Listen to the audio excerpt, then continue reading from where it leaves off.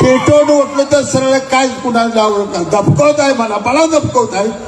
महाराष्ट्र मला घाबरतो आणि कुत्री काय ती माकडं आले ती मला दबकवते. एक जण इथं लय अवघड आहे, दीपक आबानं बोलून घेऊ ना, लय अवघड आहे, माझं लय अवघड झालं.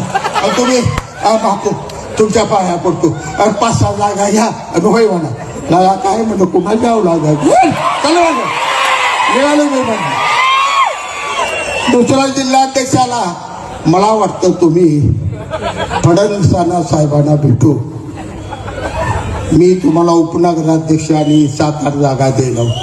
माळुक्यादार मला द्यायला लागला. मला काय तुम्ही या तालुक्याच्या राजाला सुद्धा भीक वाढायला लागला का? काय कळतं का नाही? तालुक्या राजा पडलो तरी राजाचा, हरलो तरी राजा.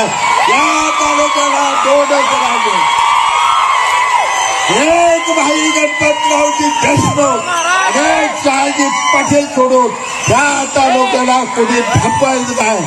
मी सांगतो आज तुम्हाला या ठिकाणी भाई गणपतरावजी देशमुखांच्या समाधीची पूजा करायचा अधिकार त्यांनी गमावलेला आहे.